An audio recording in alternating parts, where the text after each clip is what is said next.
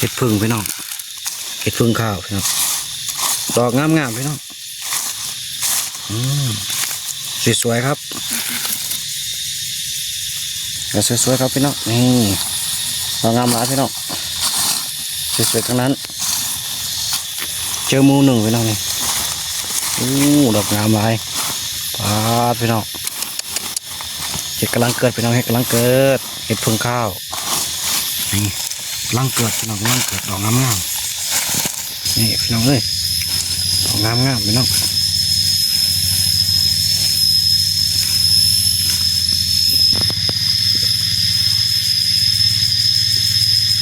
มันออกมาดอกงามๆพี่น้องเห็ดพึ่งข้าว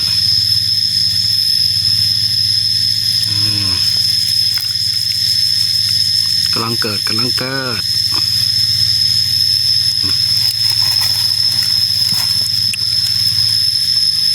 ดอกสวยๆงามๆ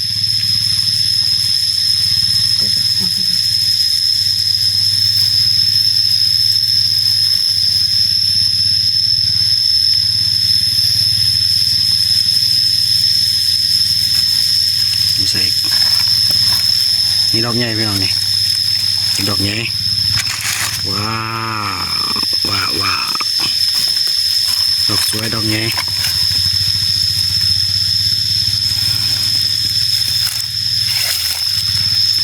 เงาหนึ่งงามเลยพอดีจะกลับพอดีอยู่ใกล้รถนี่รถจอดอยู่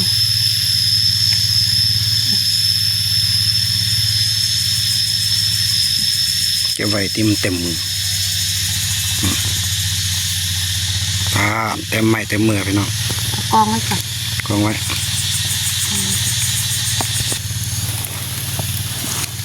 นี่พี่น้องดอกงามนี่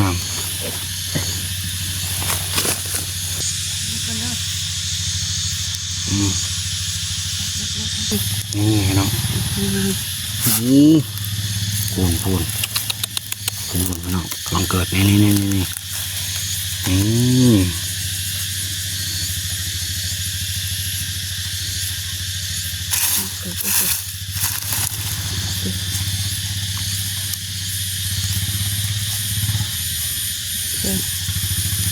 เห็ดพึ่งข้าวกำลังชิกลับเลยพี่น้องพอดีเจอเห็ดพึ่งข้าวปูยาเพิ่นสงสารมาแต่ไกลหมด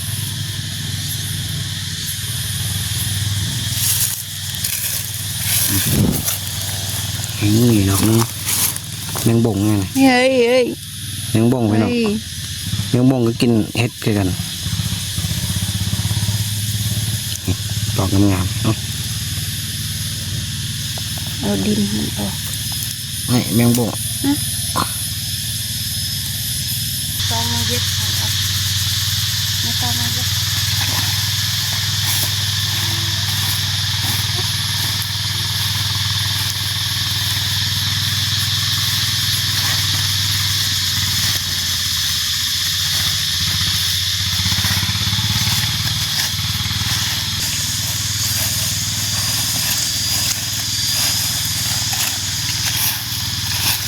เขี่ยเห็ดพี่น้อง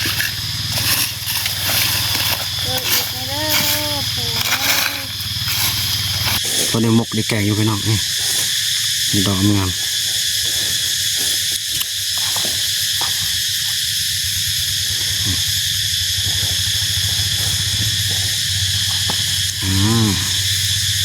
จุ่มนี้ก็เอาไปน้องหาไปทีแรกว่าสิไปหาเห็ดเพาะพายไปน้องเห็ดเพาะนั่งมันบอกว่าท่านออกไปน้องเห็ดเพาะพายเพาะนั่งท่านออกทีแรกว่าสิกลับแล้ว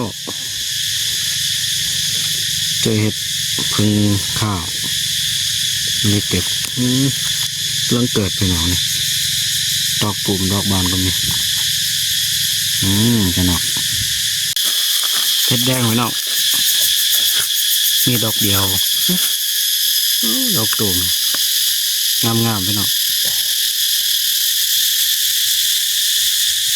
เห็ดแดงกำลังเกิดพี่น้อง ดอกเดียว ดอกงามๆพี่น้องยอดเลยครับ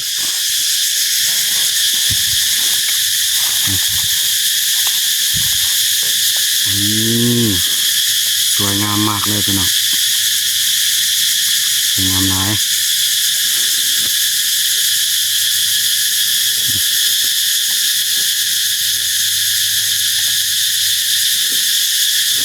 นี่ดอกหนึงเรา